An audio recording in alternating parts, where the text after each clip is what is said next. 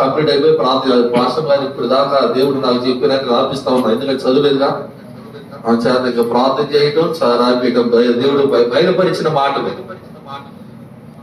ఈ విషయాలు మీకు చెబుతాను, జాగ్రత్తగా మీరు వినాలని దేవుని సేవకుడుగా నేను మీకు తెలియజేస్తాను. దేవునికి స్తోత్రం చెప్పండి, చెప్పండి హల్లెలూయా, చెప్పండి హల్లెలూయా. మంచిదండి. ఈ రోజున మనమందరం కూడా దేవుని ద్వారా సృష్టింపబడిన వారము, దేవుని ద్వారా సృజింపబడిన వారు. మనమందరం కూడా దేవుని కుమారులమే, దేవుని కుమార్తెలమే, మనమందరం కూడా దేవుని పిల్లలమే. అయితే అలాగా ఉండాలి అంటే, దేవుని కుమారులుగా దేవుని కుమార్తెలుగా ఉండాలంటే ఇది చాలా కష్టమైన పని. ఎందుకంటే చాలా కష్టం. ఎందుకంటే మనం అందరం దేవుని ద్వారా సృజింపబడిన వారమే. అయితే మనం దేవుని కుమారులుగా కుమార్తెలుగా ఉండాలంటే చాలా కష్టం. కొంతమంది ఉంటున్నారు, కొంతమంది ఉండట్లా. కొంతమంది కష్టమైన ఇష్టంగా, అలాగండి కష్టమైన ఇష్టంగా దాన్ని స్వీకరిస్తున్నారు. దేవుని కొరకు రోషము కలిగి భూమి మీద ఉన్నంత వరకు కూడా దేవుని కుమారుడుగా దేవుని కుమార్తెలుగా బ్రతుకుతున్నారంట. దేవునికి స్తోత్రం చెబుతారా? చెప్పండి హల్లెలూయా. అయితే దేవుని కుమారుడు ఏమైపోతున్నారంటే, ఈ లోకాన్ని పరిపాలించేవాడు ఒకడు ఉన్నాడు. ఎవడాడు? అపవాది. ఈ దేవుని కుమారుడు అందరూ కూడా కొంతమందిని ఏం చేస్తున్నారంటే, వాడు అపవాది వాళ్ళని మోసపరిచి వారి యొక్క మార్గంలోనికి వాడు తీసుకెళ్తూ ఉన్నాడండి. వాడి మార్గంలోనికి అపవాది తంత్రములను మన ఎదిరించాల్సిన వాళ్ళు, అపవాది సంబంధమైన ఆ మనుషులకు, ఆ అపవాదికి లోబడి ఈ రోజున దేవుని కుమారులుగా దేవుని కుమార్తెలుగా బ్రతకలేకపోతున్నారు. దేవుని కుమారుడువే, దేవుని కుమార్తెవే, నీవు దేవుని కుమారుడుగా దేవుని కుమార్తెగా బ్రతకాలి. అలా బ్రతకగలుగుతావా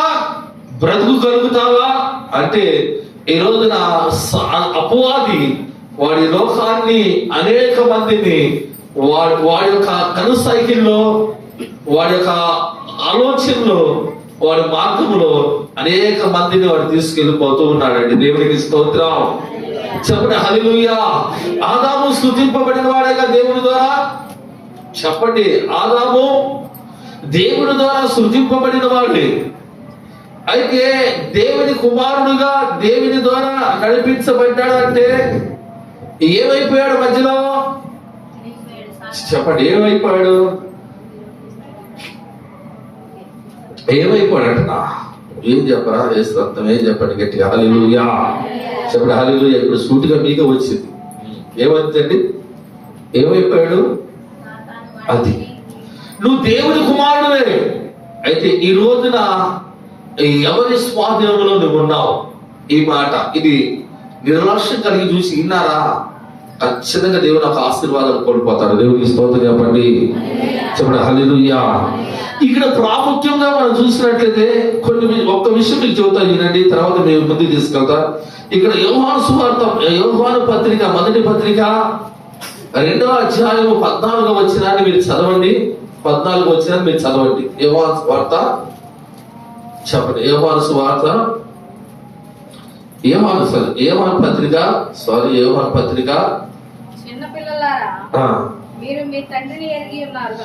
చిన్న పిల్లలారా, మీరు ఎవరిని ఎరిగిన వారట? మీ తండ్రిని ఎరిగి ఉన్నారు కనుక మీకే ఇది రాస్తున్నాను. తండ్రులారా, మీరు ఆది నుండి ఉన్నవారిని ఎరిగి ఉన్నారు కనుక మీకు రాయిచున్నారు.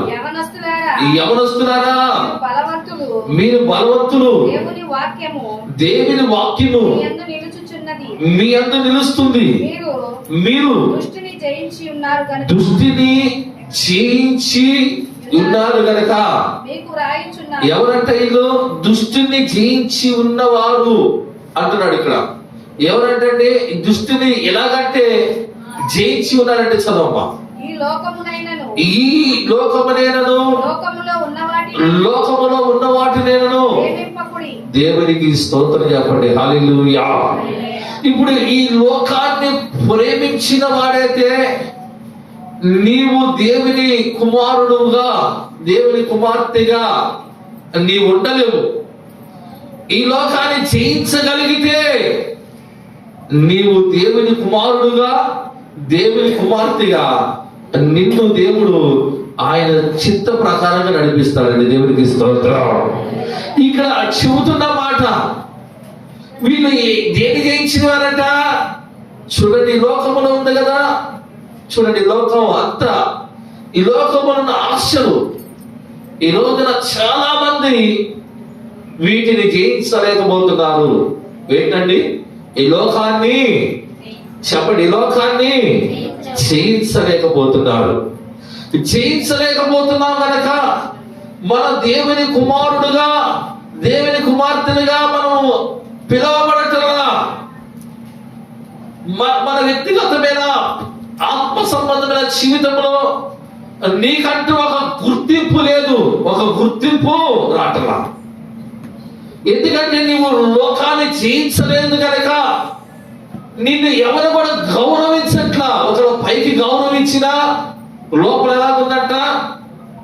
చెప్పండి, లోపల ఎలాగుందంటే నువ్వు లోకాన్ని జయించలేదు కనుక నీవు దేవునికి దూరం అయిపోతున్నావు.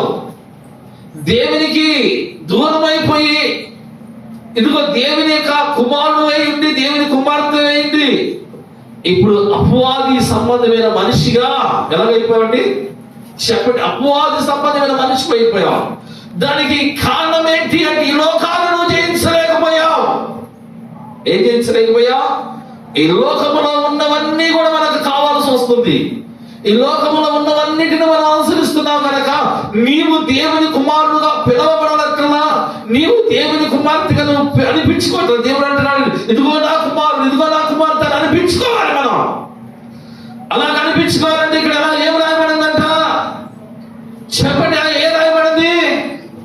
మీరు జయించాలి. ఏది జయించాలి? చెప్పండి, ఈ లోకములో ఉన్న వాటిని జయించాలి. ఈ లోకానికి రాజీ పడి నువ్వు బ్రతకొద్దు. ఈ రోజు అనేక మంది అలాగ రాజీ పడి బ్రతుకుతున్నారండి. 3 విషయాలు నేను చెబుతాను. 3 విషయాలు నేను చెబుతాను, జాగ్రత్త. మొదటిగా మనం ఆశీర్వదింపబడపోవడానికి ఇదిగో దుష్టుని జయించలేక చివరికి మన జీవితాలు నష్టమైపోతున్నాయి.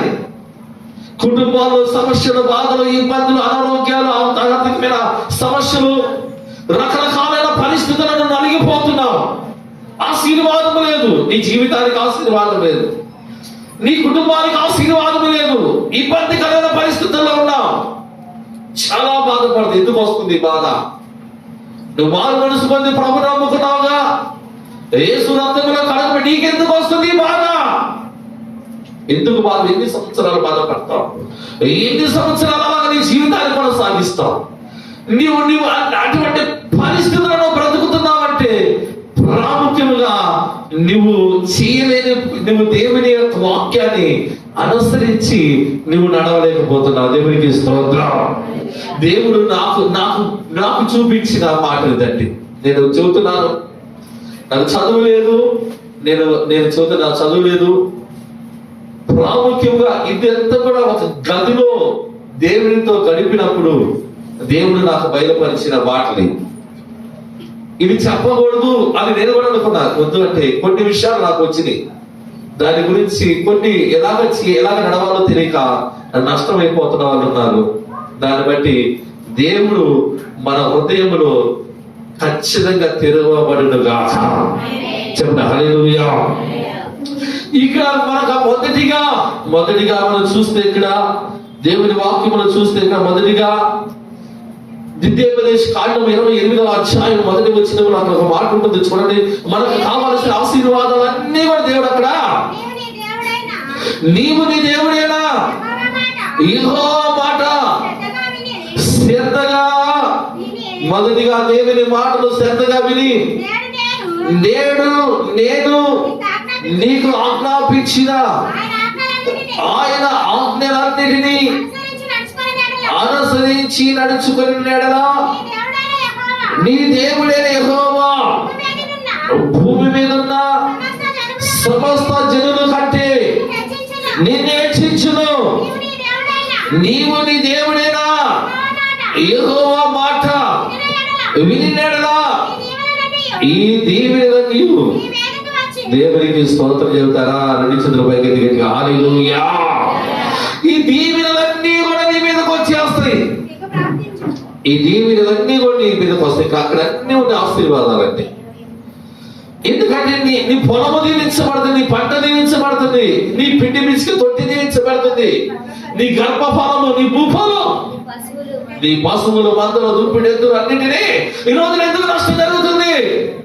ఎందుకు నష్టం జరుగుతుంది? ఎన్నో ఉన్నాయా మనకి? నష్టమైపోతున్నావు. దేని విషయంలో నష్టమైపోతుంది నీకు అర్థమవుతుందా?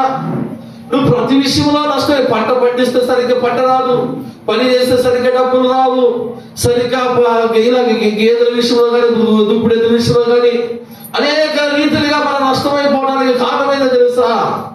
నీవు నీ దేవుడైన యెహోవా మాట వినకపోవటం వల్ల. దేవుని మాట వింటలా. ఏ వింటలా?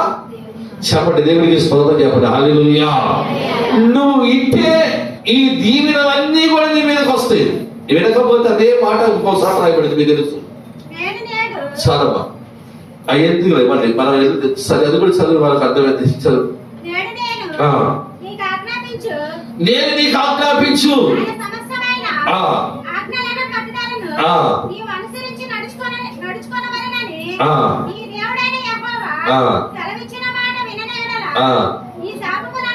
ఇదిగో నువ్వు వినకపోతే ఏమవుతుందంట? ఈ శాపములన్నీ నీకు సంభవించును. నువ్వు శపించబడతావు. పొలము కూడా శపించబడుతుందంట. నీకు అప్పయు తుండి పిట్టి బిస్కి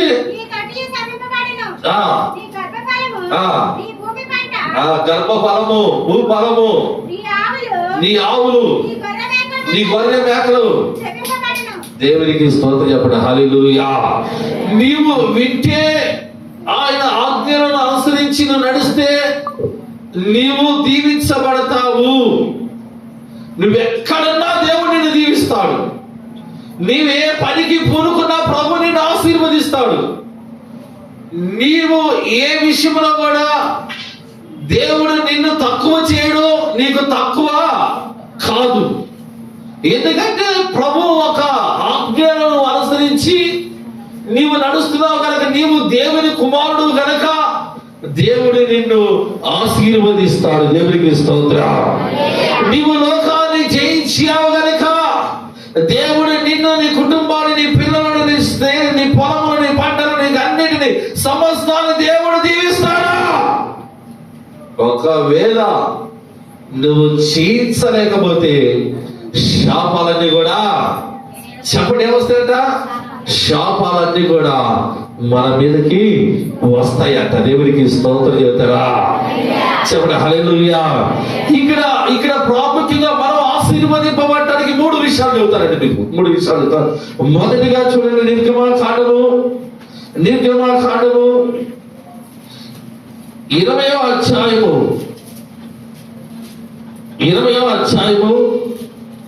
8వ వచనాన్ని చదవండి. నిర్గమకాండం 20వ అధ్యాయం. విశ్రాంతి దినము పరిశుద్ధముగా మీరు ఆచరించుటకు దేన్ని జ్ఞాపకం ఉంచుకోవాలి మనం? విశ్రాంతి దినము. ఏ దినం అంటే? విశ్రాంతి దినము. దీన్ని ఎలాగ అనుసరించాలి మనం? చెప్పండి, ఎలాగ అనుసరిస్తున్నాం మనం అంటే, దీనిని మనము పరిశుద్ధముగా అనుసరించి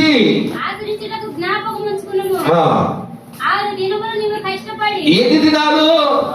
ఈరోజు పని చేసిన వాళ్ళు చేతులెత్తండి. ఈరోజు పని చేసిన వాళ్ళు చేతులెత్తండి. చేసి వచ్చారు, ఎత్తండి, పర్వాలేదు, ఎత్తండి, ఏం కాదు, ఎత్తండి. చెప్పనా? ఇంకా ఈరోజు పనిచేసి ఏ పని సార్ పొలానికి వెళ్ళి పని చేసుకొని వ్యక్తిగతంగా వచ్చిన చేతులెత్తండి. ఏం పని చేద్దంట? ఉన్నారు చాలా మంది ఉన్నాడు, ఎత్తట్లేదు. కానీ ఇప్పుడు ఏంటంట, ఇక్కడ ఏం జరుగుతుంది? 6 దినాలైనా పని చేయాలి. 7వ దినము దీన్ని పరిశుద్ధముగా నువ్వు పక్కన పెట్టే రోజు పని. అదే పని రేపుకి దేవుడు ఆశీర్వాదాలన్నీ కూడా నీ మీదకి వచ్చేస్తాయి. దేవునికి స్తోత్రం చెప్పండి. చెప్పండి హల్లెలూయా. ఆ దీవెనలన్నీ నీ మీదకి వస్తాయి. నీవు ఏ పని కూడా చేయకూడదు, ఏ పని కూడా చేయకుండా దీన్ని పరిశుద్ధంగా ఎలాగంటండి, పరిశుద్ధంగా నీవు దీనిని అనుసరించాలి. దేవునికి స్తోత్రం. చదువుతారు 6 దినాలు పని చేస్తున్నా చాలు.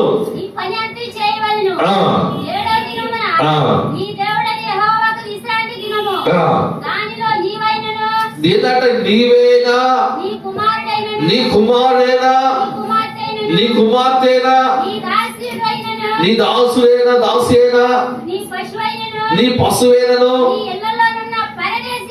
నీ ఇళ్లలో ఉన్న పరదేశైనా సరే ఏ పని కూడా వామ్మో. చెప్పండి దేవునికి స్తోత్రం. చెప్పండి హల్లెలూయా.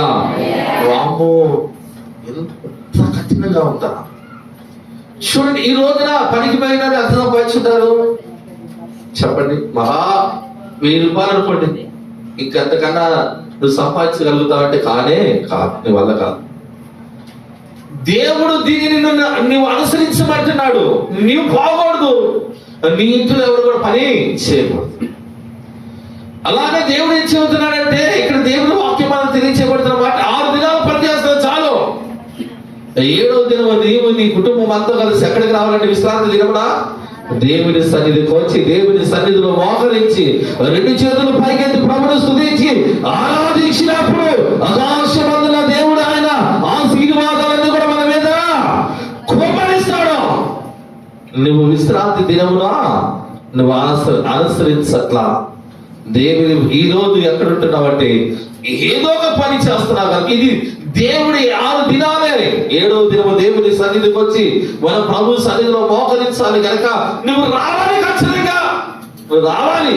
నేను రానంటే కుదరదండి, నేను రానంటే కుదరదు. దేవుడు ఊరుకోడు, నేను రానంటే ఊరుకోడు. ఇది ఒక నియమం, ఒక నిబంధన.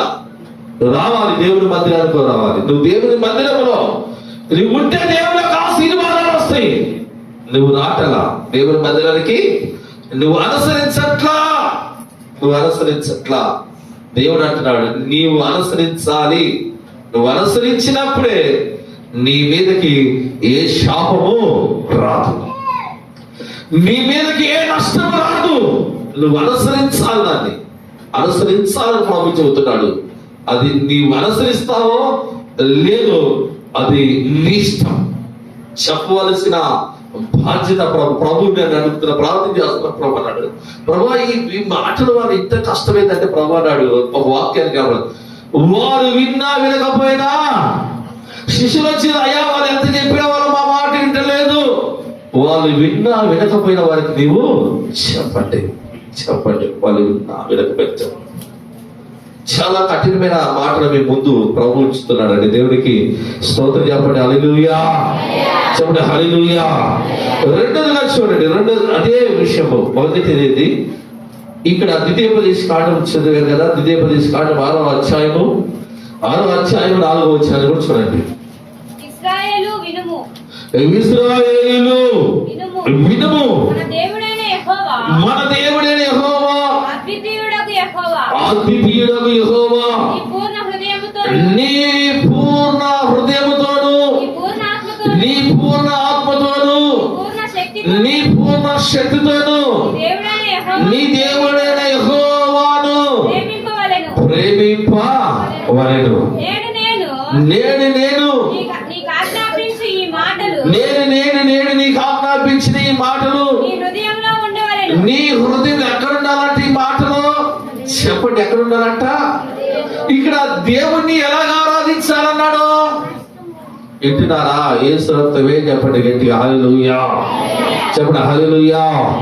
ప్రతి విధమైన వ్యతిరేకత యేసు క్రీస్తు నామములో వెడలి వెళ్ళిపోడుగాక. వాక్యానికి ఆటంకం కలిగించే ప్రతి విధమైన ఆటంకాలు యేసు క్రీస్తు నామములో ఈ ప్రాంతాన్ని స్థలమును విడిచి వెళ్ళి పోడుగాక.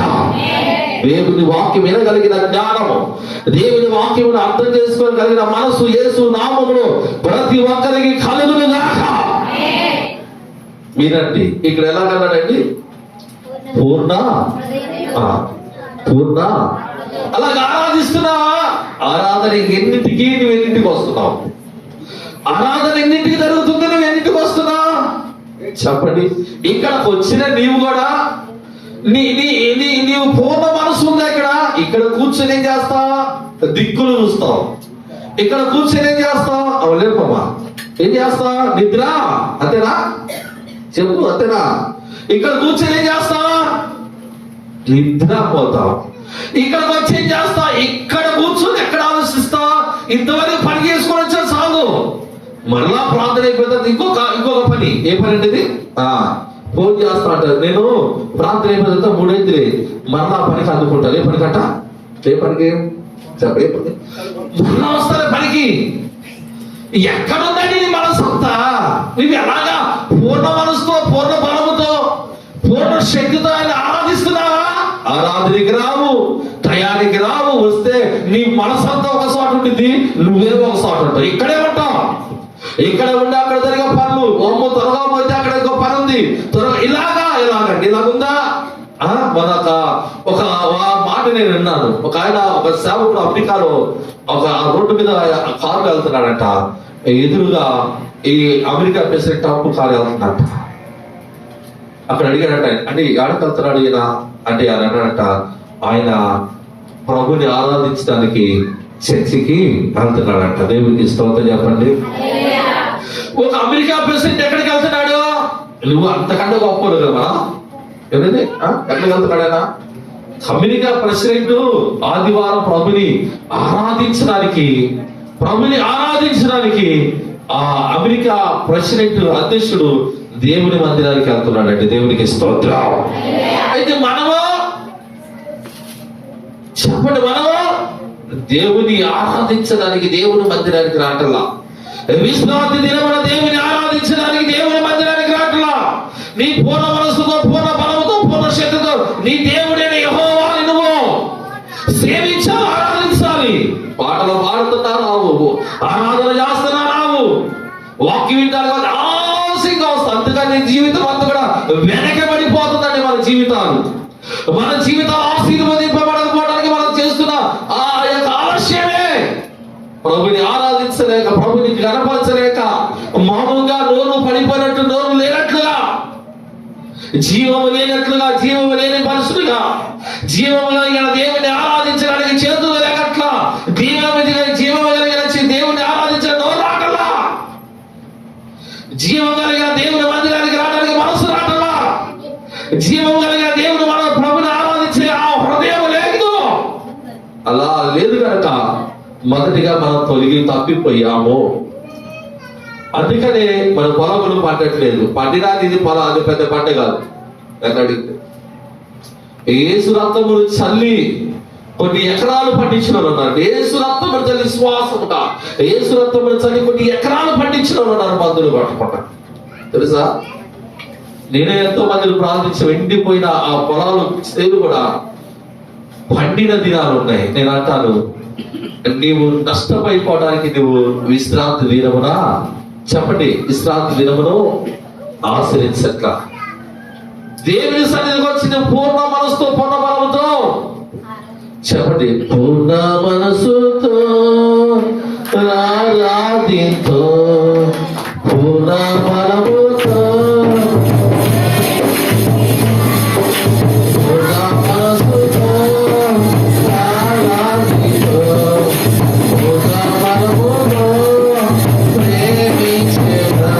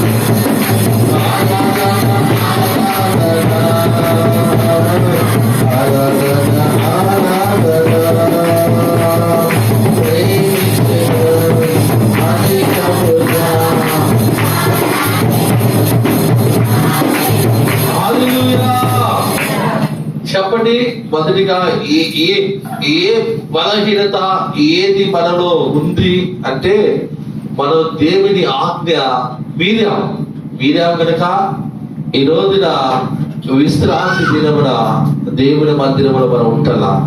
ఎలాగా పొలాలు దీవించబడతాయి, ఎలాగ ఎద్దులు, ఎలాగ గేదెలు, ఎలాగ పశువులు, మేకలు, మందరు ఎలాగ దీవించబడతాయి. ఒకటి, నువ్వు దేవుని మందిరానికి రావాలి. రెండోదిగా నీ నీవేది గురించి ఆలోచించవు. ఈ రోజు నువ్వు ప్రార్థన చేసుకుంటే ప్రార్థన కాలం తింటావు, పడుకుంటావు, సాయంకాలం ప్రార్థన చేసుకుని తిని పడుకుంటావు. రేపు నువ్వు పనికి వెళ్ళాలి. ఎప్పుడు వెళ్ళాలి? రేపు వెళ్ళాలి.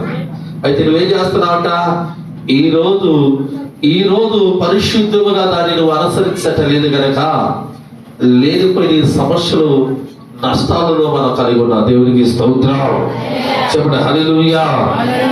నీ మనస్సు ప్రభు వైపు ఉండాలి. ఒకటి.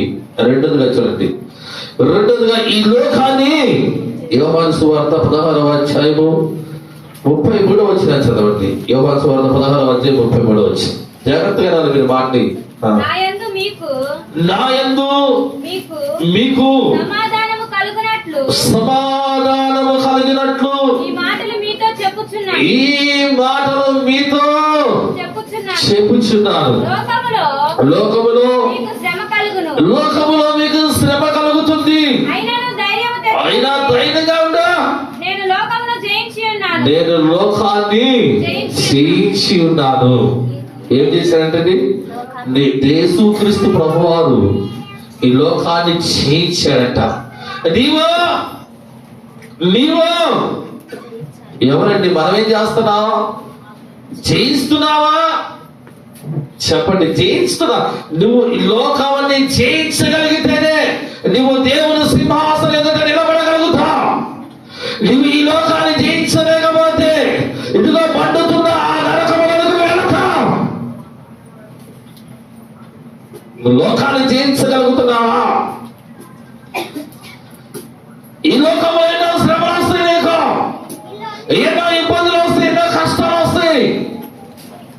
వాటిని నువ్వు జయించలేక రాజీ పడతావా? ఈ రోజున రాజీ పడిన వాళ్ళకి లేదు పరలోక రాజ్యం. రాజీ పడిన వాళ్ళు దేవుని కుమారులు కాదు. దేవుని కుమారులు కాదు, కుమార్తెలు కాదు, కుమారులు కాదు. దేవుని కుమారులుగా అనిపించుకోవాలంటే నువ్వు ఈ లోకాన్ని జయించాలి. ఈ లోకాన్ని జయించినప్పుడే నీవు దేవుని కుమారుడుగా పిలువబడతావు. దేవుని రాజ్యములో నువ్వు నిలబడగలుగుతావు. దేవునికి స్తోత్రం చెప్పండి, హల్లెలూయా. రెండోదిగా ఈ లోకాన్ని ఏం చేయాలంటే జయించాలి. ఏముంది ఈ లోకములో అంటే? ఏముందంటే, లోకములో అనేకమైన ఆశలు ఉన్నాయి. నిన్ను పాడు చేయడానికి, నష్టం చేయడానికి లోకంలో సాతాను కొన్ని స్క్రీములు పెట్టేశాడు. నువ్వు వెళ్ళి ఆ స్క్రీములో చేరుతున్నావు. ఆ స్క్రీములన్నిటినీ కావాలి. వాడు కూడా చాలా స్క్రీములు పెడతాడండి. ఒకటి తాగితే ఇంకొకటి ఏంటంట, తాగుడు అనే స్క్రీము. అలాగే భయంకరమైన కొన్ని స్క్రీములు ఉన్నాయి. ఇలాంటి కలగజేసి చివరికి దేవుని మందిరానికి వచ్చి మోకరించలేని స్థితిలోనికి మనం తీసుకొస్తాడు. దేవునికి స్తోత్రం చెప్పండి, హల్లెలూయా. ఈ లోకాన్ని నువ్వు అనుసరిస్తున్నావా? మీరు జాగ్రత్తగా వినండి, ఇది దేవుని మాట, నా మాటలు కాదు. ఈ లోకాన్ని నువ్వు అనుసరిస్తున్నావా అంటే ఏం చేస్తున్నావు నువ్వు అనగా, ఇక్కడ చూడండి, వాక్యాన్ని చూద్దాం. లేవియా కాండం. ఇది చాలా మందికి తెలుసు, కొంతమంది తెలియదు. తెలియకపోతే మీరు అనుసరిస్తేనే అనుసరించండి. దేవుని దాసుడుగా అనుసరించాలి. అనుసరిస్తే కాదు, అనుసరించాలి. నువ్వు అనుసరిస్తే నీకు దీవెన, లేకపోతే అది దేవుని యొక్క చెప్పండి, అది దేవుని ఆయన అనుసరించి నడిచిన వారి దీవెనలు వస్తాయి. నడవకపోతే ఖచ్చితంగా దేవుని పాపం మన మీదకి వస్తుంది. ఈ రోజున మనుషులు దీన్ని మాత్రం వదట్లా. చూడండి ఏమదట్లా. 19వ అధ్యాయం, లేవియా కాండం 19వ అధ్యాయము 28వ వచనం చెప్పండి, చదవండి. చచ్చిన వారి కొరకు ఏం చేసుకోకూడదంట? మీ దేహాన్ని చీల్చుకోకూడదు. పచ్చబట్టును మీ దేహానికి పొడుచుకోకూడదు. నేను మీ దేవుడైన యెహోవాను ఇక అక్కడ అన్ని ఉండి మొదటిగా ఇక్కడ మనం చూద్దాం. చనిపోయిన వారి గురించి ఏం చేయకూడదంట చెప్పండి. ఒకరు చనిపోతే ఇంకొకరు చనిపోతారు. ఇంకా చనిపోయిన వారు జ్ఞాపకం కొరకు ఏం చేస్తారు? వాళ్ళ కావు చెబుతుంది, నా భర్త చనిపోయాడండి, నా భర్త ఆ బొమ్మ నా ఒంటి మీద, నా చేతుల మీద, నా హృదయం మీద పచ్చబొట్టుగా పొడిపించుకున్నారు అన్నాడు. ఏదంట? వింటున్నారా? పచ్చబొట్టు. ఏ బొట్టు అంట? ఎర్రబొట్టు కాదు, ఏ బొట్టు? పచ్చబొట్టు. ఎర్ర పొడిపించుకోకూడదట ఆ మనిషిని గురించి. ఎందుకంటే వాళ్ళు అయిపోయింది టైం. నిన్ననే వాడు చూసాం, ఇది వాళ్ళ సుజాతలు సొంత వాళ్ళే ఏమవుతున్నారంటే దురాత్మలే మనకి పడతారు. సొంత మనతో ఈ రోజు వాళ్ళు చనిపోయారు, రేపేమవుతుంది వాళ్ళు వచ్చి మనతో అంటే ఇది ఎలాగవుతుంది మన అయితే వాళ్ళు వదిలిపెట్టాం, వాళ్ళు చేయవు, మంచిదే, జ్ఞాపకం చేసుకోవచ్చు. అయితే ఇక్కడ నీ ఒంటి మీద మాత్రం అటువంటి పచ్చబొట్టులు మాత్రం చెప్పండి, అటువంటి పచ్చబొట్టులు పొడుచుకోకూడదు. నువ్వు పొడుచుకున్నావా దేవుని ఒక శాపం మన మీదకి వస్తుంది. నువ్వు దేవుని రాజ్యానికి దేవునికి స్తోత్రం చెబుతారా? చూడండి, హల్లెలూయా. చూడండి మరొక వాక్యం, మరొక వాక్యం చూడండి. ఇక్కడే ద్వితీయోపదేశ కాండము ఇది లోకంలో ఉన్న పరిస్థితులు అండి. 14వ అధ్యాయం 1వ వచనం చదవండి. 14:1 కొద్ది కష్టకరం. మీరు మీ దేవుడేనా యెహోవాకు బిడ్డలు కనుక. ఎవరంటే మనం అమ్మా అంటున్నారా? మన దేవుడి బిడ్డలు కదా, మేము దేవుడి బిడ్డలు అన్న వాళ్ళందరూ 2 చేతులు పైకి స్తోత్రం చెప్పండి. ఏదో సల్లగా ఉంది, గట్టి చెప్పండి. హల్లెలూయా, హల్లెలూయా. అందరూ చప్పట్లు కొడుతుంది దేవుడి. మనం ఎవరంట? దేవుని బిడ్డలు అంటే దేవుని కుమారుడు. మీరు దేవుని బిడ్డలు కనుక చదువు. చనిపోయిన వారిని బట్టి మిమ్మల్ని మీరు ఏదట సరిగ్గా చదవ. ఆ పాయింట్ అది బాగుంటుంది. అట్లా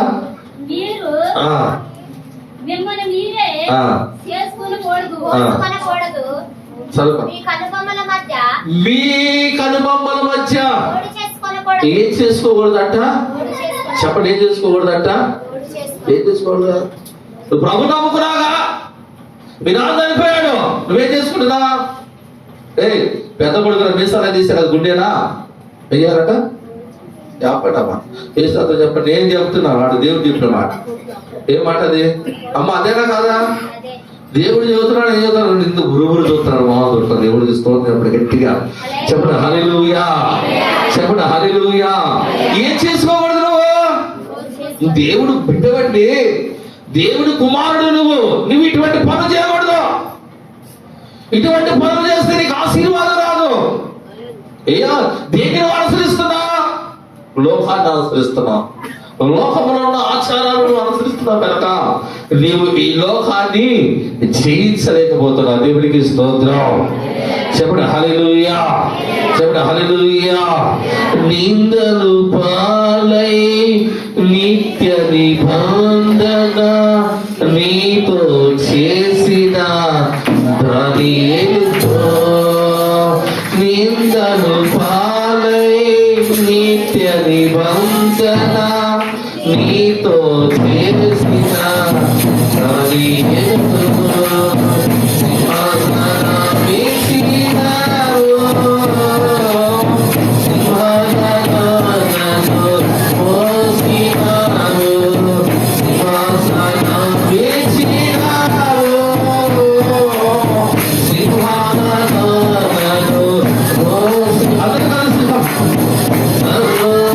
అందరూ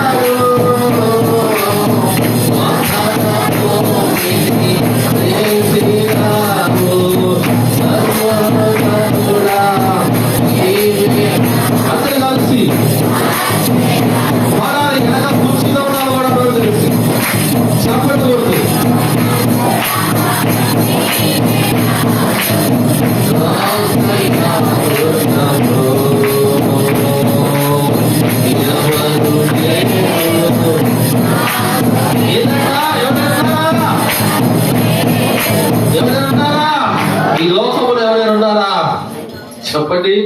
ప్రభునైతే ఎప్పుడైతే మనం నమ్మామో అన్నిటినీ మనము విడిచి పెట్టాలి. మా నాన్నగారు చనిపోయారు. మా నాన్నగారు చనిపోతే మా ఇంట్లో ఉన్న అందరూ కూడా ఏం చేశారంటే గుండు కొడుచుకున్న మీసాలు తీసేశారు. మా నాన్నకి నేనంటే బాగా ఇష్టం. నన్ను అన్నారు నువ్వు కూడా అలా చేయాలన్నా. నేను మాత్రం చేయాలన్నా. ఏదంటే మా నాన్న చనిపోయాడు. మా నాన్న ప్రభు నమ్ముకుని మంచి పని చేస్తే ప్రభుకి వెళ్తాడు, లేదంటే నరకానికి వెళ్తాడు. ఆయన పాత్ర అయిపోయింది భూమి మీద. నేను కూడా వాటిని అనుసరించాను దేవుడికి దూరం అయిపోతాను అని. నేను అటువంటి వాటికి అవకాశం కూడా ఇవ్వలేదండి. చాలా మంది చూడండి ప్రార్థన జరుగుతానే ఉంటుంది, జ్ఞాపకార్థం కూడా పెడతానే ఉంటారు. ప్రార్థన జరుగుతూ ఉంటుంది, వెంటనే లేదు వంటగానే ఏం చేస్తారంటే ఒక ఇస్త్రాకులు తీసుకెళ్ళి ఏం చేస్తారంటే ఆ సమాధి కాడు ఎక్కడో పెట్టి తీసుకొచ్చి తర్వాత సేవకులు పెడతారు. చాలా తప్పు, చాలా ఆచార సంబంధమైన పనులు మనం చేస్తున్నాం. నీవు దేవుని కుమారుడు కనుక అక్కడ రాయబడదు, నువ్వు దేవుని బిడ్డవు కనుక దేవుని కుమారుడు కనుక ఇటువంటి నీవు చెప్పండి, ఇటువంటి నీవు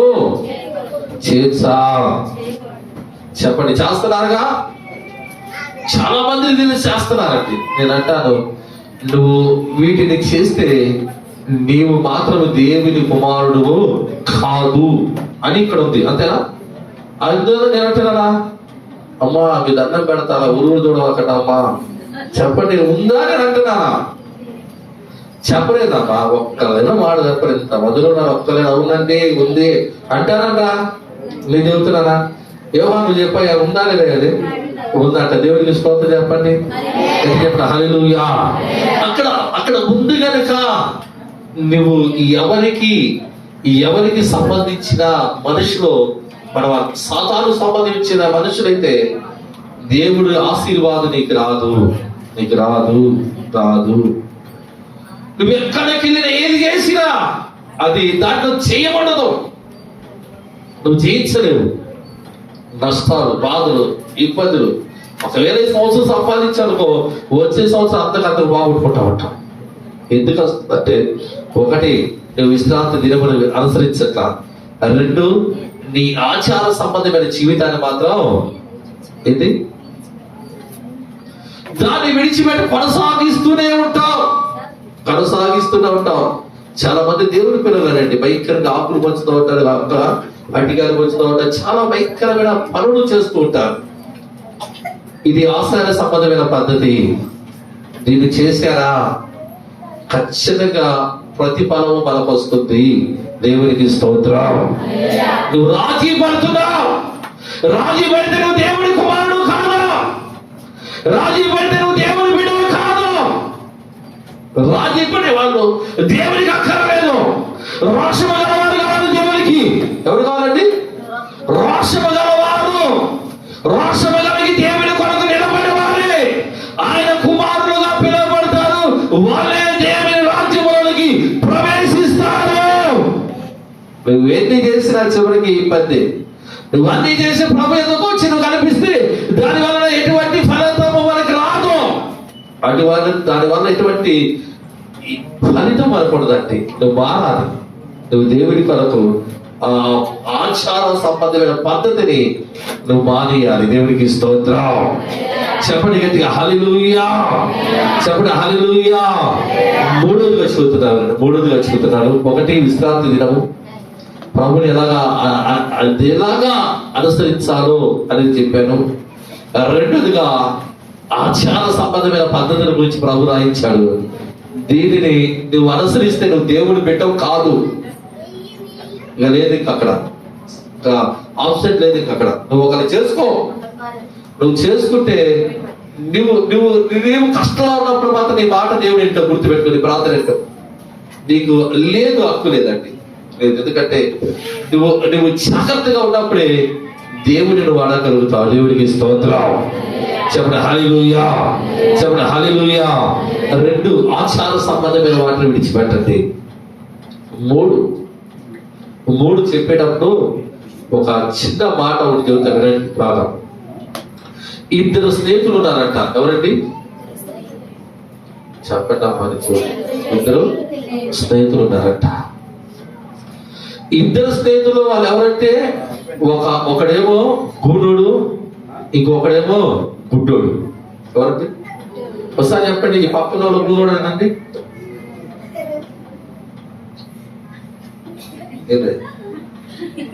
ఏమన్నా చెప్పండి. పక్కన వాళ్ళు అనండి అమ్మా, గుణోడు అనండి. అంతేనా? ఎంతమంది ఏమనండి చెప్పండి గట్టిగా. అనండి అమ్మా. ఎవరొకడు సరే ఈ పక్క చెప్ప ఒక ఆయన గుడ్డోడు అనండి అమ్మా. అబ్బా వీళ్ళైనా పాపం మీరు సౌండే రాదు. కొద్ది పర్వాలేదు, ఎవరు 3-4 ఉంటారు. దేవునికి స్తోత్రం చెబుతారా? ఈ గూనోడు గుడ్డోడు ఏంటంటే 2 ప్రాణ స్నేహితులు అండి. వాళ్ళు అనుకుంటారే నేను నువ్వు ఒకటి సస్తే 2 కావాలి, బతికి 2 బ్రతకాలి. ఒక రోజు నా పక్క ఊర్లో జాతర జరుగుతుంది. అంటే జరుగుతుందండి అంటే మన దృష్టిలో ఒక సంత జరుగుతుంటే ఊరోడు అన్నాడట గుడ్డోడితో, అరే గుడ్డోడా పక్కన సంత జరుగుతుంది, అక్కడికి వెళ్దామా అన్నాడట. ఎవరు అది? ఊరోడు గుడ్డోడు అన్నాడట. గుడ్డోడు అన్నాడట, అరే ఊరోడా నా కళ్ళు కనపడతలేదు కదా, నన్ను చూపించి నువ్వు డబ్బులు అడుగు అన్నాడట. ఏమన్నాడట? అయ్యా ఈ గుడ్డోడయ్యా ఏదట, అయ్యా నేను గూడున్నాయ్యా ఈ గుడ్డోడయ్యా ధర్మం చేయండి అయ్యా అని అడుగురా అన్నాడు. సరే పాపం చెప్పి 2 వెళ్ళారంట. వెళ్ళి వాళ్ళు కూర్చోబెట్టాడట. కూర్చోబెట్టి గూడోడు అయ్యా నేను గూడున్నాయా, నా గూడు చూడండి, వాడు గుడ్డోడయ్యా అన్నాడట. ఎవరు పోతారు? దాడిపోతారా? ఎవరు అచ్చిన వాళ్ళందరూ డబ్బులు వేస్తూ పోయారంట. చివరికి ఆ మూట కడితే పోయిందంట. గూనుడు డౌట్ వచ్చింది. కష్టమంతా ఎవరు పోయే వాళ్ళందరినీ పిలిచింది ఎవరు? అయ్యా రేపు గుడ్డోడు గూడోడిని ధర్మం ఏంటని అడిగినవారు వినాలి. దేవుడికి స్తోత్రం చెప్పు గట్టిగా. 2 చేతులు పైకి చెప్పు. చెప్పండి అందరూ చెప్పండి గట్టి హల్లెలూయా. చెప్పండి హల్లెలూయా. ఏం చెప్పండి మీ డబ్బకి నాకు ఏం పోవాలి అర్థం కాదు. చెప్పండి గట్టిగా హల్లెలూయా. ఈ మూట చూశాడు ఎవరు? గూడోడు. ఎంత డబ్బా వాడికి ఎందుకు ఇవ్వాలి, కష్టమంది నాదేగా అని ఈ నెట్ల కట్ట ఏదో కట్ట చేయాలని ఆ గుడ్డోడికి చదివి నా డబ్బులు చూడాలని వాడు పట్టుకున్నాడంట. వాడికి ఆశ వచ్చింది. అంతే అని ఈడిదేముంది, గుడ్డోడు నన్ను చూపించగలి డబ్బులు అడిగింది. ఏం చూపించట? నన్ను చూపించగా డబ్బులు అడిగింది. నీ గుడ్డోడు కనుక అందరూ సహాయం చేశారు, ఇది వాడికి ఎందుకు ఇవ్వాలి, నేనే దీన్ని తీసుకోవాలన్నాడు. ఇద్దరికి వచ్చింది ఒకడికి ఒకటి తెలియకుండా చప్పుకోవాలని ఆలోచన. దేని బట్టి వచ్చింది? డబ్బు బట్టి. ఆ మూట తీసుకెళ్ళి ఆ ఇంట్లో పెట్టుకొని అన్నం అది వండుతున్నాడు. కళ్ళు కనపడగా వంట గుణుడు చేసేసాడు. ఏం చేశాడండి? గుణుడు చేసి అన్నాడు. గుడ్డోడు ఏం చేశాడు? గుణుడు వంట చేస్తాడే మనం వెళ్ళి ఆ వాక్కాడ పోయి నీళ్ళు తెద్దామా అన్నాడంట. ఇంక గుడ్డోడు పట్టుకొని బిద్ద పట్టుకొని వెళ్తా కోనేటి కాడ గుడ్డోడు కదా బాగా ఉగిపోయాడు కదా, ఆడ పట్టుకొని ఇది గుచ్చేసరికి వాడి చేతులు అన్న కర్రతో పటాన్ని కొట్టాడంట. వాడు పోయి ఆ కోనేటిలో పడి ఊపిరాడక చచ్చిపోయాడంట. ఇంకా ఈ గుడ్డోడు అనుకున్నాడు డబ్బులన్నీ కూడా, చెప్పండి డబ్బులన్నీ కూడా నాయని పరుపు ఖర్చు వచ్చి అక్కడికి వచ్చేసి ఆ కుంట వండిన అన్నం చూసి ఆ వండిన అన్నం పట్టుకున్నాడంట. తడిమి ఆకలి అవుతుంది, ముందు అన్నం తిందాన్ని, అన్నం తింటానే ఏం చేశాడంటే వాడు కూడా అక్కడ పడి చచ్చిపోయాడంట. ఏం జరిగింది? వీళ్ళిద్దరు ప్రాణ స్నేహితులే. ఏం జరిగింది? ఒకడేమో కోనేటికి అందిపోయి వాడిని చంపేశాడు. ఈడేం చేశాడు? గున్నాడు తెలివిగా ఆవిడండే అన్నంలో ఇష్టం కలిపేశాడు. ఆ తెలియకడి చచ్చిపోయాడు. ఆ డబ్బులు మూట అక్కడ నవ్వుతుందంటే ఏమని చెప్పండి. దేవుడికి స్తోత్రం చెప్పండి గట్టిగా హల్లెలూయా. ఆ డబ్బులు మూట నవ్వుతుందంటే ఏమని తెలుసా? నన్ను నమ్ముకున్నారు గతింతారని. నన్ను నమ్ముకుంటే మీకు అతిథి అయిందిరా, మీకు జరగాల్సిన శాస్తి జరిగింది. నన్ను నమ్ముకుంటే జరిగే పరిస్థితి అదే. అందుకంటాడు ధనాపేక్ష సమస్త కీడులకు మూలమని. దాన్ని ఆశించేవైపోయారట. కొంత విశ్వాసం భ్రష్టులైపోయారు, కొంత దేవుడిని వదిలిపెట్టిపోయారు, కొంతమంది దాని కొరకు చేయకూడిన పనిలో. ఏ పనులండి? చెప్పండి. ఏ పనిలో? చెప్పండి. ఇంకా నన్ను దేవునికి స్తోత్రం, అన్ని వస్తాను దేవునికి స్తోత్రం చెప్పండి గట్టిగా హల్లెలూయా. చెప్పండి హల్లెలూయా. నువ్వు దేవుని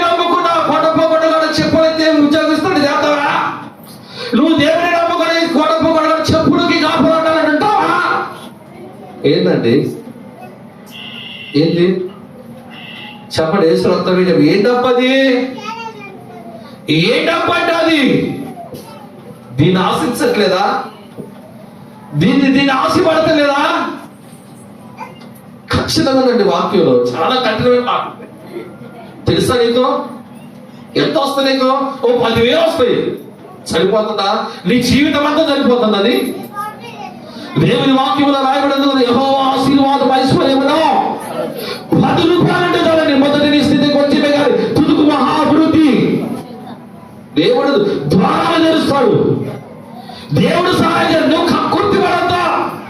డబ్బులు వస్తాయని బ్యాంక్ సీసాలు అమ్మొద్దు. డబ్బులు వస్తాయని బ్యాంక్ షాపులు పెట్టద్దు. డబ్బులు వస్తాయి అక్రమమైన పనులు చేయొద్దు. దాని వలన ఏమైపోతున్నారంటే, దాన్ని ఆశించి ఎంతో మంది ఏమైపోతున్నారంట? నష్టమైపోయి బస్టులు అయిపోతున్నారంట. దేవునికి స్తోత్రం చెబుతారా? చెప్పండి హల్లెలూయా. నజరేయుడా నా యేసయ్యా, ఎన్ని యుగాలకైనా ఆరాధ్య.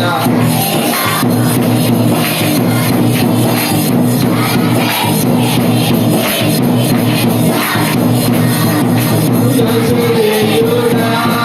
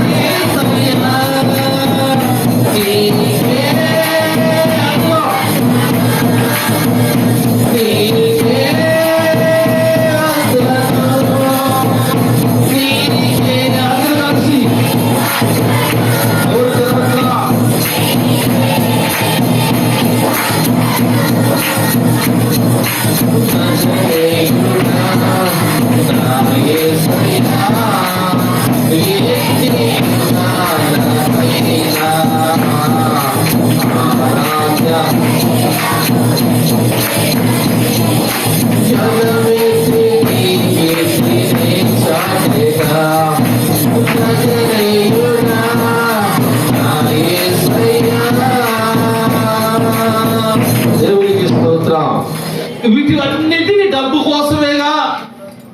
వీటి వలన నీకు ఏంటి ప్రయోజనం? ఏమీ లేదండి. ఇక్కడ రాయబడిన మాట, చాలా మంది దీన్ని ఆశిస్తున్నారు. దీన్ని ఆశించి భక్తిహీనులైపోతున్నారని దేవుని వాక్యం మనకు తెలియజేయబడుతుంది. ఈ రోజున అటువంటి డబ్బుని ఆశించి ఈ రోజున ఎంతో మంది దేవుని యొక్క ఆశీర్వాదాలను కోల్పోతున్నారు. దేవునికి స్తోత్రం. దేవుని వాక్యములో రాయబడిన మాట ఏంటో తెలుసా? దేవుడు మనకి సహాయకుడే ఉన్నాడు. దేవుడు సహాయం చేసేవాడే ఉన్నాడు. ఆయన మహిమ ఐశ్వర్యములో మన ప్రతి అవసరాలు కూడా, ఈ కష్టాల్లో శ్రమను, ఒక మనిషి డబ్బులు బాగా వస్తాయి అనిపించిందండి. నీ మనసు ఎలా ఉండదు తెలుసా? దేవుడు ఐశ్వర్యవంతుడు, నన్ను ఆశీర్వదిస్తాడనే మనసు నీకు ఉండాలి. దేవుడు సహాయకుడు, నా ప్రతి అవసరాలు దేవుడు తీరుస్తాడని ఆ విశ్వాసం నీలో ఉన్నప్పుడు దేవుడు విశ్వాస సంబంధమైన కార్యాలు నీ జీవితంలో చేయడం ప్రారంభిస్తాడు. దేవుడికి స్తోత్రం చెప్పండి. చెప్పండి హల్లెలూయా. మూడవదిగా, ఎందుకంటే మూడవదిగా దశమ భాగం ఏంటండి? చెప్పండి. మీరు ఇచ్చినా ఇవ్వకపోయినా మీకోసమే చెప్పట్లేదు. దేవుడు కొంతమందిని తెలియక నష్టమైపోతున్నారు. కొన్ని విషయాలు అది కూడా చదువుతాను, దాన్ని కూడా చెప్పండి. మీరు మన 3 విషయాలు చదువుతాం. ఒకటి, ప్రభుని ఏదంటండి విశ్రాంతి దినము అనుసరించాలి. 2, ఆచారాన్ని అనుసరించాలా? ఏం చెప్పాలండి? విడిచిపెట్టాలి. 3వది ఏం చెబుతారన్న? డబ్బుని ఆశించొద్దు అన్నారు. ఇక్కడ చూడండి, ఇది మోసే ధర్మశాస్త్రంలో రాయబడిన మాట ఏంటంటే, ఇక్కడ మోసే ధర్మశాస్త్రంలో రాయబడిన మాట లేవీయ కాండము 27వ అధ్యాయము 30 వచనాన్ని చదవండి. 30 వచనం చదువు. భూధాన్యములనేమి, వృక్ష ఫలములనేమి, భూఫలములన్నిటిలో దశమ భాగము యెహోవా సొమ్ము. దాన్ని యెహోవాకు ప్రతిష్ఠించమైంది. ఒకడు దాన్ని చెల్లింపవలసిన దశమ భాగములలో, అంటే నువ్వు దేనైనా సరే దశమ భాగమును అంటే నీకు కావాలనుకుంటే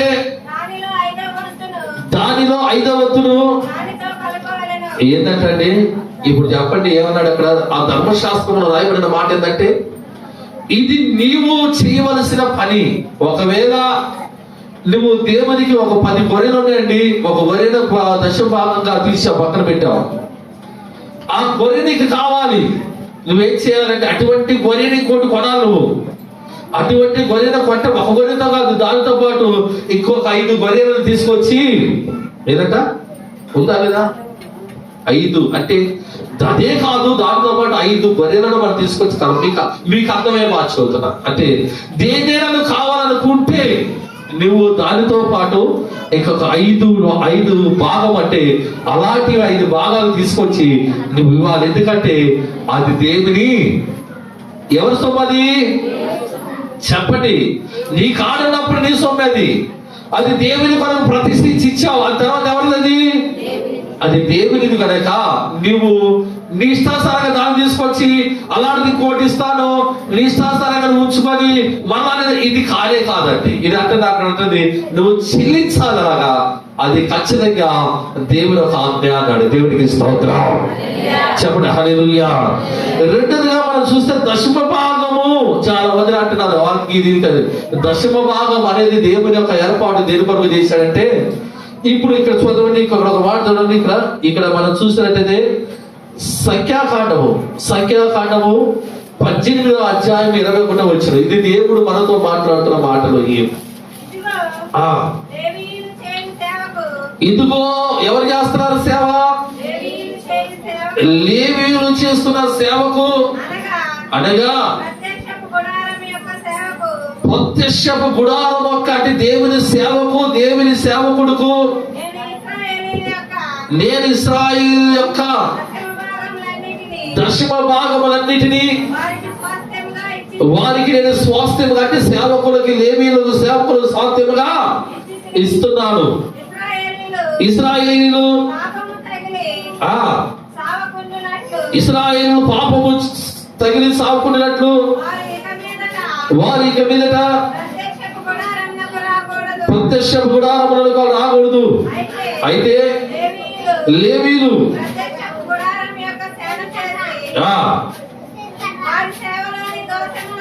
వారు సేవలోని దోషములకు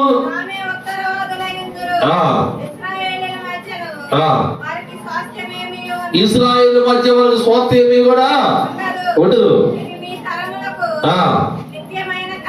దేవునికి స్తోత్రం చెప్పండి, హల్లెలూయా. ఇప్పుడు సేవకుడికి ఏదైనా స్వాస్థ్యం ఉందా అంటే దేవుడు అంటున్నాడు వాళ్ళకి స్వాస్థ్యాలు లేవో, వాళ్ళకు భూములు ఇవ్వబడాలా, వాళ్ళకి ఏ హక్కు లేదు, దాంట్లో ఏ భాగం పంచలా వాళ్ళకి. వాళ్ళు ఏం చేయాలి, వాళ్ళు ఎలా బ్రతకాలి సేవకుడు అంటే అక్కడ అంటున్నాడు వాళ్ళు సేవ చేయాలి. వాళ్ళు సేవ చేసినప్పుడు ఇశ్రాయేలీయులందరూ కూడా ఏం చేయాలంటే వాళ్ళకి 10వ భాగము, వాళ్ళకు స్వాస్థ్యాలు ఉండవు. అంటే సేవకులకు పొలాలు ఉండవు, సేవకులకు ఆస్తులు లేవండి, సేవకులకు పొలాలు లేవు, సేవకులకు ఆస్తులు లేవు, సేవకులు ఉద్యోగాలు చేయరు. సేవకులు ఏం చేస్తారు? సమర్పణ కలిగి ఏం చేయాలంటే వీళ్ళు పాపముల కొరకు ఏం చేయాలంటే సేవకుడు బలిపీఠం మీద కూర్చొని కన్నీరు కాల్చి వీళ్ళందరూ కొరకు ఏం చేయాలి? సేవకుడు ప్రార్థన, సేవ చేయటం ఆ సేవకుడు పని. అయితే ఆ సేవకుడు పోషించబడాలి కనుక, ఆ సేవకుడు దేవుని పని చేస్తున్నాడు కనుక మీరందరూ ఏం చేయమంటున్నాడు? నోరుతారమ్మా, ఏం చేయమంటున్నాడు దేవుడు అక్కడ? మీరందరూ కూడా ఇశ్రాయేలు అందరూ కూడా దశమ భాగం అనేది మీరు వారికి ఇవ్వండి అన్నాడు. దేవునికి స్తోత్రం చెబుతారా? చెప్పండి గట్టిగా హల్లెలూయా. మీరు అది మీలాగా వాళ్ళకి స్వార్థాలు లేవు, మీలాగా వాళ్ళు ఉద్యోగాలు చేయరు, మీలాగా వాళ్ళు నడవరు, మీలాగా వాళ్ళు మాట్లాడరు, లేదా వాళ్ళు ఇంకా సేవ చేయకుండా పొలాలు దున్నుకోరు, వాళ్ళు సేవ చేయకుండా వ్యాపారాలు చేయరు, వాళ్ళు సేవ చేయకుండా ఇంకా ఏదైనా చేయరు. వాళ్ళకి నేను ఏ స్వార్థం ఇవ్వాలి, మీతో పాటు మీకు ఇచ్చా కనుక మీరు వాళ్ళకి ఇవ్వండి. వాళ్ళు మీ సేవ చేస్తున్నారు, వాళ్ళు దేవుని సేవ చేస్తున్నారు కనుక మీ కొరకు ప్రార్థన చేస్తున్నారు కనుక మీరేం చేయాలి? మీ పదవు భాగవంతు కూడా ఎక్కడికి వెళ్ళాలి? ఎందుకంట చెప్పండి, సేవకుడు ఎలాగా? అక్కడ దేవుడు సంఘము కొరకు, సంఘ అవసరాల కొరకు, సేవకుడు అవసరాల కొరకు, సేవకుల కుటుంబాల కొరకు దేవుడు మోసే ధర్మశాస్త్రంలో రాయబడినట్లుగా ఈ దశమ భాగం అది అక్కడి నుంచి అబ్రహాము కాలం నుంచి అబ్రహాము, ఇస్సాకు, యాకోబు వీళ్ళందరూ కూడా దేవుడికి దశమ భాగం ఇస్తూ ఈనాటికి కొత్త నిబంధనలో ఏముందో తెలుసా? చాలా మంది ధర్మశాస్త్రం కొట్టివేయబడింది కదా. లేదంటే యేసు ప్రభువు మాట లేదు, నేను ధర్మశాస్త్రం నెరవేర్చడానికి వచ్చే కానీ దాన్ని కొట్టివేయడానికి నేను రాలేదు. ప్రభువుని అడగా తెలుసా? నాడు దశమ భాగం మీరు ఇస్తున్నారు, బాగా దేవుడు నీకు ఇచ్చాడు, నువ్వు ఆశీర్వదింపబడ్డా దీవించడానికి నీవు నీ ఆశీర్వాదం కలిగిన దాంట్లో ఇవ్వు. దశమ భాగం కంటే ఇంకా ఎక్కువ ఇవ్వాలి నువ్వు. మన కొత్త దశమ భాగం కంటే ఇంకా ఎక్కువ ఇవ్వాలి. నువ్వు వద్దిలో కొలది దేవుడికి ఇవ్వాలి. ఈ రోజున దేవునికి దశమ భాగము మనము దేనికంటే దాన్ని ఇవ్వక ఈ రోజున మనం కూడా దీవెనకరంగా మార్చబడుతున్నా. దేవునికి స్తోత్రం. చెప్పండి హల్లెలూయా. సేవకులు పనులకి వెళ్ళినా, సేవకులు మిరగాలు కోసినా, సేవకులు సున్న పనులు పోయినా, ఆ సంఘంలో ఉన్న వారు దేవుడు సేవకుడు దశమ భాగం ఇవ్వకుండా, ఆ సంఘంలో ఉన్న దేవునికి సేవకుడు సహకరించకపోతే మన సేవకుడు అదే పరిస్థితి నెహెమ్యా కాలంలో వచ్చింది. యాజకులందరూ కూడా దశమ భాగం అనేది యాజకుడికి ఇవ్వకపోయేసరిగా గడంతా మనం అక్రమం అయిపోయింది. నెహెమ్యా ఒక కండిషన్, దేవుని ధర్మశాస్త్రం ఇలా ఉంది, ఇలాగ చేయండి మీరు అనగా అందరూ అలాగ చేయగా నెహెమ్యా తన ప్రదేశానికి వెళ్ళినప్పుడు వీళ్ళందరూ కూడా మరలా దాన్ని దోపిడీ చేయడం ప్రారంభించారండి. అందుకని అంటాడు యేసు ప్రభువు, నా మందిరము దేవుని ఆలయం ఇది, మీరు దొంగలకు అలాగా మళ్ళీ ఆ పట్టణ దేవాలయంలో వల్ల అక్రమాలు ప్రారంభించబడ్డాయి, అక్కడ అన్యాయంగా వ్యాపారాలు ప్రారంభించబడ్డాయి. దేవునికి భాగము దేవునికి రావటం లేదు. సేవకు చేసే వాళ్ళందరూ కూడా ఆ పరిస్థితులు చూసి వాళ్ళు వెళ్ళిపోయారట. నేనే వచ్చి మళ్ళాడుతున్నాను, ఏది అంతే వాళ్ళకి ఇచ్చిన స్వార్థం ఏది, వాళ్ళు ఏది అసలు దేవుని సొమ్ము, దేవుని కలిగినని మీరు ఎలాగా స్వాధీనం చేసుకుంటున్నారే అని అడిగి మరలా పోయిన వారందరినీ తీసుకొచ్చి మరలా ఈ భాగాన్ని మరలా కొనసాగించారంట. దేవునికి స్తోత్రం చెప్పండి. చెప్పండి హల్లెలూయా. చెప్పండి హల్లెలూయా. చెప్పండి ఒక వాక్యం చెప్పండి. మలాకి గ్రంథము 3వ అధ్యాయము 6వ వచనం చదవండి త్వరగా. 3వ అధ్యాయం ఎవరు అమ్మా ఇక్కడ మీరు ప్రతి మాట దేవుడు చెబుతుంది. ఇక్కడ మనుషులు ఉద్దేశపూర్వకంగా చెప్పే మాట లేదు. నువ్వు అనుసరిస్తావా అది లేదా అది మన ఇష్టం. అయ్యా మన ఇష్టం. అది దేవుని వాక్యం ఖచ్చితంగా చెప్పబడదు. నువ్వు ఆశీర్వదింపబడాలంటే ఖచ్చితంగా దేవుని కుమారుడుగా నువ్వు వాక్యం అనుసరించినాడు, దేవుని కార్యాలు, దేవుని యొక్క ఆశీర్వాదాలు మన మీదకి వస్తాయి. దేవునికి స్తోత్రం. చెప్పండి గట్టిగా హల్లెలూయా. ఏదో మనుషులు మెప్పించడానికి, దేవుని సేవకులు మనుషులు మెప్పించడానికి, ఏదైనా మీ అంత రాబట్టుకోవడానికి నీ మాటలు చెప్పట్లేదండి. ఎందుకంటే దేవుని సేవకుడు, దేవుని పరిచర్య పిలిచిన దేవుడు ద్వారాలు తెలుస్తానంటాడు. ఏ ద్వారాలు కూడా ప్రభు వేయడం, మనం ఎలా పోతే దేవుడు మరొక ద్వారాలు తెలుస్తాడు. నేను చెప్పేవాడు మనం దీవించబడాలి కనుక దేవుడు వాక్యం ఉన్నట్లుగా ఉంది. మీకు నా సొంత తలంపులు ఆలోచన కాదు, నేను మరలా చదువుతున్నాను. మన ఆశీర్వదింపబడటానికి దేవుడు నాకు ఈ మాటలను దేవుడు బయలుపడి పక్కన రెండు వాక్యాలు రెడీగా ఉన్నాయి చూడండి. నేను మరలా చదువుతున్నాను. ఇక్కడ నేను సబ్జెక్ట్ ఇది దేవుడు నాకు మరలా బయలుపడుతుంది. నేను రాసింది దేవుడు మాటలు, ఇది నమ్మి దీన్ని మీరు అంగీకరించి నమ్మి దేవుని ఆశీర్వాదాలు మీరు పొందాలని దేవుని సేవకులుగా నేను మీకు తెలియజేస్తున్నాను. దేవునికి స్తోత్రం. మలాకి గ్రంథం చదవమ్మా. ఎవరంటే యెహోవా ఆయన నేను ఏదంట మార్పు ఉందా ఆయనకి? లేదండి, ఆయన మార్పు లేని వాడిని కనుక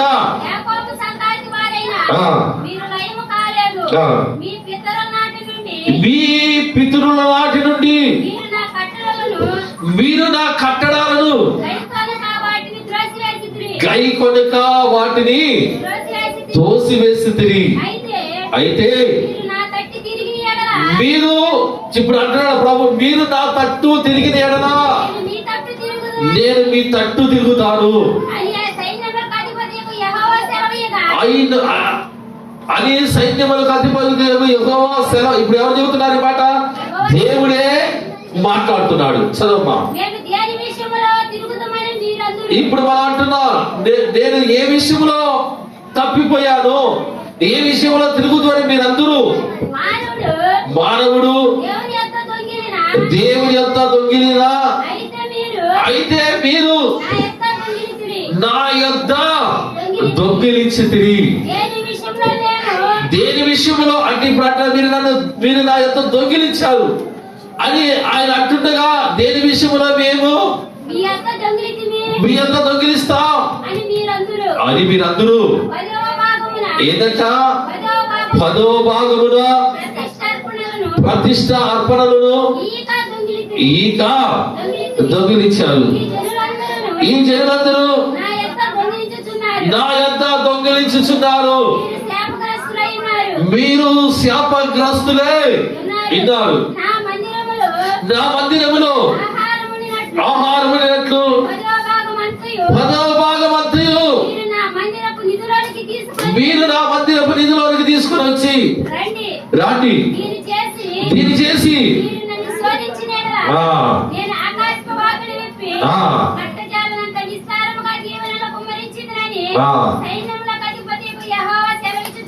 దేవునికి స్తోత్రం చెప్పండి. హల్లెలూయా చెప్పండి. హల్లెలూయా.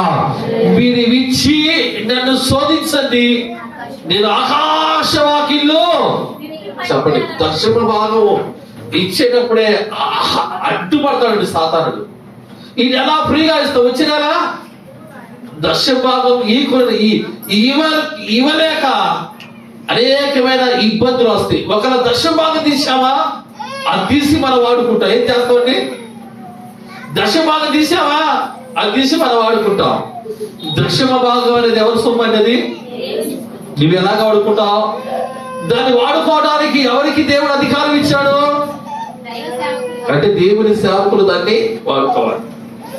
దాన్ని వాడుకోవడమే కాదు, ఆ దక్షిణ భాగం అనేది దేవుని పని కొరకు కూడా ఉపయోగించాలి. అంటే ఎలాగుంది ఇక్కడ అంటే, ఈ రోజున దక్షిణ భాగం తీయటం, అవి మనం మన ఇష్టానుసారంగా చేయటం, లేదా ఆ దక్షిణ భాగాన్ని ఇంకొక పని గీయటం, ఆ దక్షిణ భాగాన్ని ఇంకొక పని గీయటం, ఇది దేవుని పనికి అట్లా కాదండి. నీ కాడుందా ఇవ్వు. దక్షిణ భాగం అనేది దేవుని సొమ్ము, అది నీ ఇష్టం కాదు, నీ ఇష్టానుసారంగా చేయకూడదు. అలాగా చేస్తే దేవుని ఒక ఆశీర్వాదాలు మన మీదకి రా. దక్షిణ భాగం తీస్తున్నావు, నీ కష్టం ఏం చేశాడంటే సాధన ఆ రోజు ఆ దక్షిణ భాగాన్ని అంటాడు కదా, ఇంకొక నెల వచ్చిలే వాడుకుంటావు. నువ్వు ఇస్తావా? ఇంకొక నెల ఇంకొక 5 రెట్లు కలిపిగలుగుతావా?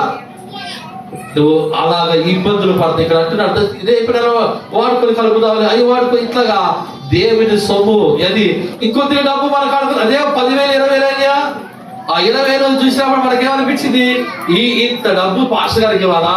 ఏమనిపించింది చెప్పండి? ఏమనిపించింది? ఇంత డబ్బులు పాస్టర్ గారికి ఇవ్వాలా? ఏదో బలగా వాడుకుంటే పోయిందిలా అనుకుంది. నువ్వు ఇవ్వకపోయినా అక్కడ ఏం లేదు. ఏం జరుగుతుంది నీకు చెప్పండి? ఏం జరుగుతుంది? ఇబ్బందికరమైన పరిస్థితులు ఎదురవుతున్నాయి. దేవుడు అంటే అది నీ స్వార్థం కాదు. ఎందుకంటే అనియా సఫీరా గురించి మనకు తెలుసా కదండి? వాళ్ళు ఏం చేశారు?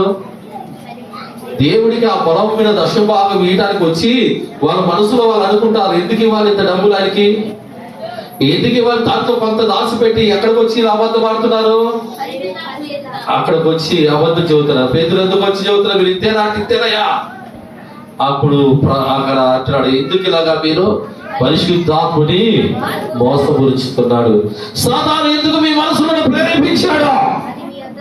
అది మీరేగా. దేవునికి ఇస్తానన్నప్పుడు అది ఎవరిదండి? దేవునికి. మీరు దానితో చెబుతున్నారు, దేవునికి ఇచ్చేది రాని విషయంలో మాత్రం ఇవ్వగలిగితేనే, తీయగలిగితేనే, మరలా అది మనం తీసి మన సొంతంగా వాడుకోవద్దు. ఖచ్చితంగా మన కష్టాజీతంలో 10వ భాగం అంటే 100 రూపాయలు పని చేసావా, 10 రూపాయలు దేవుని సేవకి నువ్వు ఇవ్వాలి. అలా ఇస్తే ఇక్కడ రాయబడింది, ఆకాశవాకి లిపి దేవుడు పట్టణాల దీవెనలో కుమ్మరిస్తాడంట. దేవునికి స్తోత్రం. ఆ కింద రాయబడింది, మీ పంటలు తినే పురుగులు నేను గద్దిస్తానంది. అక్కడ చాలా దేవుని యొక్క ఆశీర్వాదాలు, అంటే మనకి ఏది కూడా రాకుండా ఉంటాడని దేవునికి స్తోత్రం చేస్తారా. చివరిగా మాట చెప్పి నేను ప్రార్థన చేస్తా. చూడండి, ఇక్కడ 1 కొరింథీయులకు రాసిన పత్రిక 9వ అధ్యాయము 4వ వచనం చదవండి. 9వ అధ్యాయం 1 నుంచి 4వ వచనం చదవండి మీరు త్వరగా. తినుటకును తాగుటకును మాకు అధికారము లేదు.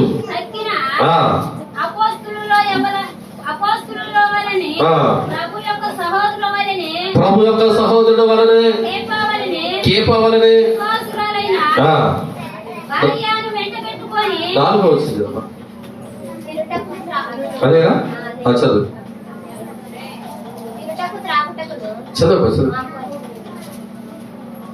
అదే చదవండి అమ్మా, త్వరగా చదవండి అమ్మా, ముందు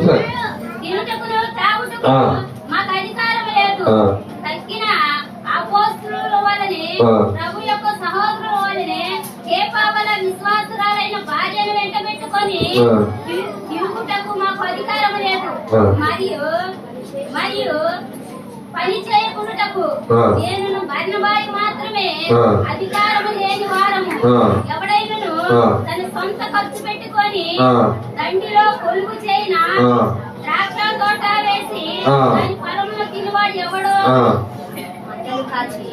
మందల కాచి మంద పాలు త్రాగిన వాడు ఎవడో. దేవుని స్తోత్రం ఉండిందండి. ఒక సేవకు సంబంధించి వాటి విషయంలో మాకు అధికారం లేదు. దేవుడు ఈ విధంగా దేవుని పని చేస్తున్న వారికి వీటినన్నిటిని భాగము, అంటే వాటినన్నిటిని చేయటానికి దేవుడు వారికి ఇస్తున్న అది భాగం అని ఉంటుందండి. దేవునికి స్తోత్రం చెబుతారా, చెప్పండి హల్లెలూయా. అంటే దేవుని పని చేస్తున్నాడు కనుక అంటాడు ఆయనకి మీరందరూ సహకరించండి అనే మాట. దేవుని వాక్యం వింటున్నప్పుడు దేవుని 3 విషయాలు మేము ముందుంచారు. దేవుని వాక్యం మనకు తెలియచేయబడుతున్నాడు. మొదటిగా నువ్వు దేవుని విశ్రాంతి దినమును అనుసరించిన పూర్ణ మనసుతో పూర్ణ బలముతో దేవుని ఆరాధించాలి. రెండోదిగా నీవు ఈ లోక సంబంధమైన వాటిని మనం విడిచిపెట్టాలి. అది ఖచ్చితంగా ప్రభు అక్కడ రాయించిన మాట నేను చూపించాను. వీటిని మీరు అనుసరించొద్దు అన్నాడు. మూడోదిగా ధనాపేక్ష సమస్త మొదమునకో కీడు.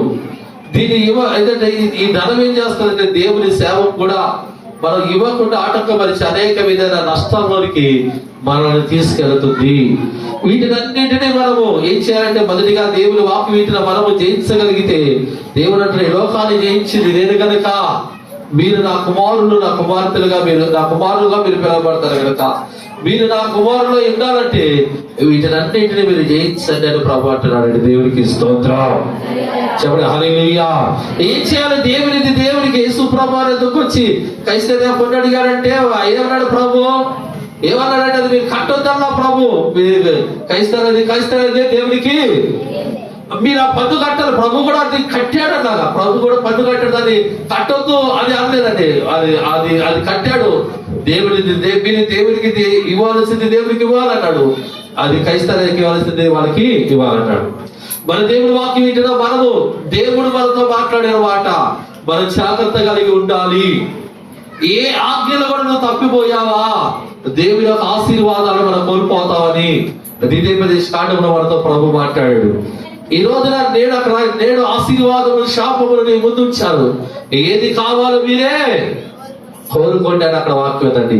ఈ రోజున ఆశీర్వాదాలు అలాగే దీవెనలో మనం పొగపట్టుకొని దేవుని వాక్యం చూపించినట్లుగా శాపము అలాగే ఆర్థికమైన పరిస్థితులు ఒక పక్కకుంటాయి. ఏది కావాలో మనమే తీర్మానం చేసుకోవాలి. మనమే ఏది కావాలో మనం కోరుకోవాలి. అలాగే ఆశీర్వాదకరమైన మార్గములో దేవుడు మనందరినీ నడిపించి ఆశీర్వదించదు గాక. దేవునికి ఇవ్వగలిగిన మనసు, దేవుని వాక్యాన్ని అనుసరించగలిగిన మనసు, ప్రభుని అనుసరించి ఆరాధించే మనసు యేసు నామములో మనకి కలుగును గాక. అట్టి కృప పరిశుద్ధాత్ముడు మనకు అనుగ్రహించదు గాక. ప్రార్థన చేసుకున్న అందరూ కూడా తలలో వంచండి. దేవుని కుమారుడుగా నువ్వు కావాలంటే నువ్వు జయించాలి. ఈ లోకాన్ని పువాదిని నువ్వు జయించాలని దేవుడు మనతో మాట్లాడాడండి. మన ఆశీర్వదింపబడక 3 కారణాలు ప్రభు సన్నిధిలో చెప్పారు. మొదటిగా పూర్ణ మనసుతో